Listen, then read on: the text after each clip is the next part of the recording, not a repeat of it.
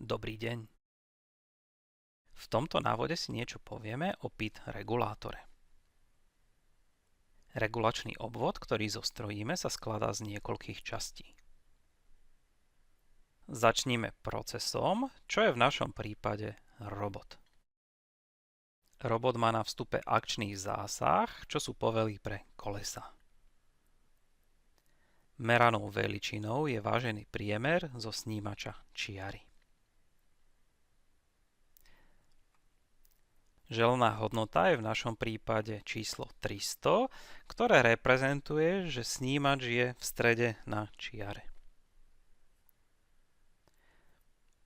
Rozdielom týchto dvoch hodnôt získame regulačnú odchýlku, ktorá vstupuje do regulátora. PID regulátor sa skladá z troch častí. P zložka je proporcionálna ku regulačnej odchýlke. Regulačnú odchýlku násobíme konštantou. I zložka zohľadňuje predchádzajúce odchýlky tým, že integruje odchýlku v čase. D zložka odhaduje budúci trend odchýlky. Využíva jej mieru zmeny. Našou úlohou je nastavenie koeficientov PID zložiek tak, aby náš systém dosiahol požadované správanie. Poďme do Simulinku a ukážeme si, ako to môžeme namodelovať. V Simulinku už mám pripravený model pre regulačný obvod. Obsahuje snímač čiary, z ktorého využívam vážený priemer. Želanú hodnotu reprezentujem hodnotou 300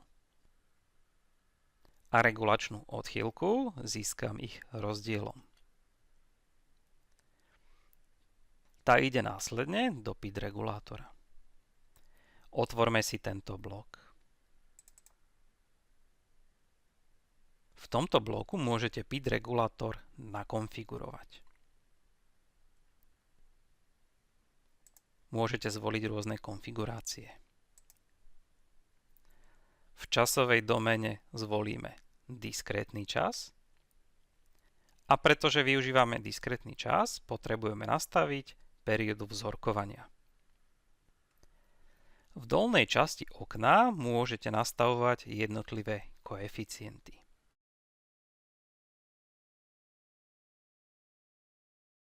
Vašou úlohou bude nastaviť koeficienty tak, aby robot sledoval čiaru.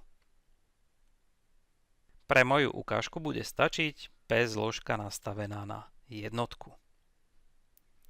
Voľby teda môžete potvrdiť a vyskúšať.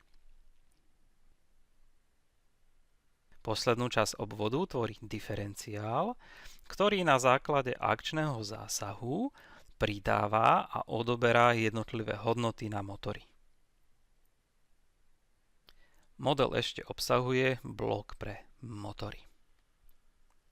Máme teda zo strany regulačný obvod a poďme sa pozrieť, ako sa robot bude správať na čiare. Zapnime si kameru.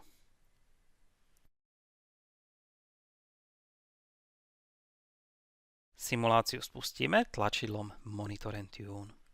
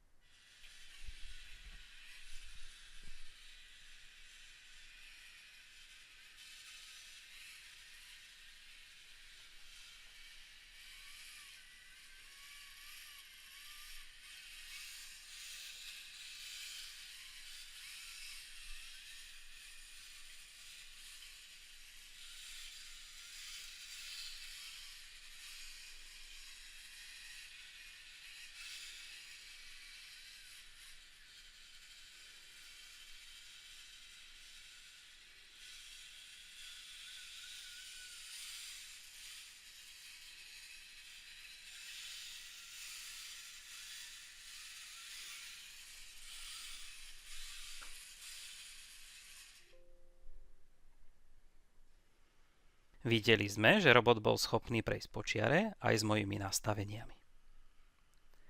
Vy môžete vyskúšať zmeniť tieto parametre, aby robot išiel rýchlejšie a presnejšie.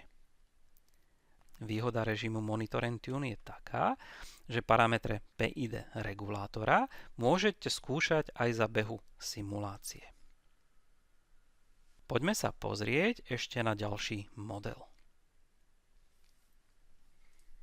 Tento model, ktorý nájdete na stránke Road to Fey, je rozšírený o niekoľko ďalších blokov. Jednoduchý regulačný model, ktorý sme videli predtým, sa dal len spustiť a išiel do nekonečna. Musel som ho zastaviť tlačidlom Stop. Pokiaľ by sme chceli na začiatku robotom stáť a nakalibrovať si snímač, musíme takýto model trošku rozšíriť. V tomto prípade využijeme tlačidlo na digitálnom pine 30, aby sa robot nehýbal, kým stlačíme tlačidlo. To nám umožní počkať, kým pohybom nenakalibrujeme snímač sledovania čiary. Blok Min-Max dáva na začiatku 0 a po stlačení tlačidla bude dávať jednotky. Pre dva režimy správania máme dva bloky Enable Subsystem. Prvý púšťa na motory 0, aby robot stál. Bude aktivovaný vtedy, keď z bloku Min-Max bude vychádzať 0, logickým operátorom sa zmení na jednotku a tým pádom tento blok aktivujeme. Robot bude stáť. Pokiaľ tlačidlo stlačíme, aktivuje sa tento druhý subsystém, ktorý obsahuje regulačný obvod z predchádzajúceho modelu.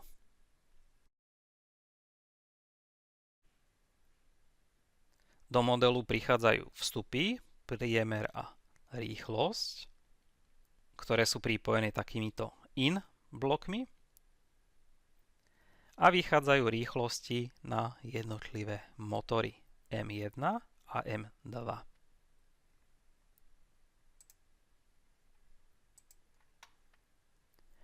Výstupy z motorov je potrebné ešte spojiť takýmito merge blokmi. Tento model teda vytvoril logiku, kde pokiaľ tlačidlo nie je stlačené, robot bude stáť a pokiaľ tlačidlo stlačíme, bude pokračovať regulácia. Vytvorenie rozhodovacej logiky v prostredí Simulink vyžaduje dodatočné bloky. Ak by sme potrebovali namodelovať niečo zložitejšie, náš model by bol komplikovaný. Preto si v nasledujúcom návode ukážeme, ako môžeme využiť výhody prostredia Stateflow pre modelovanie rozhodovacej logiky a prostredia Simulink pre modelovanie regulácie.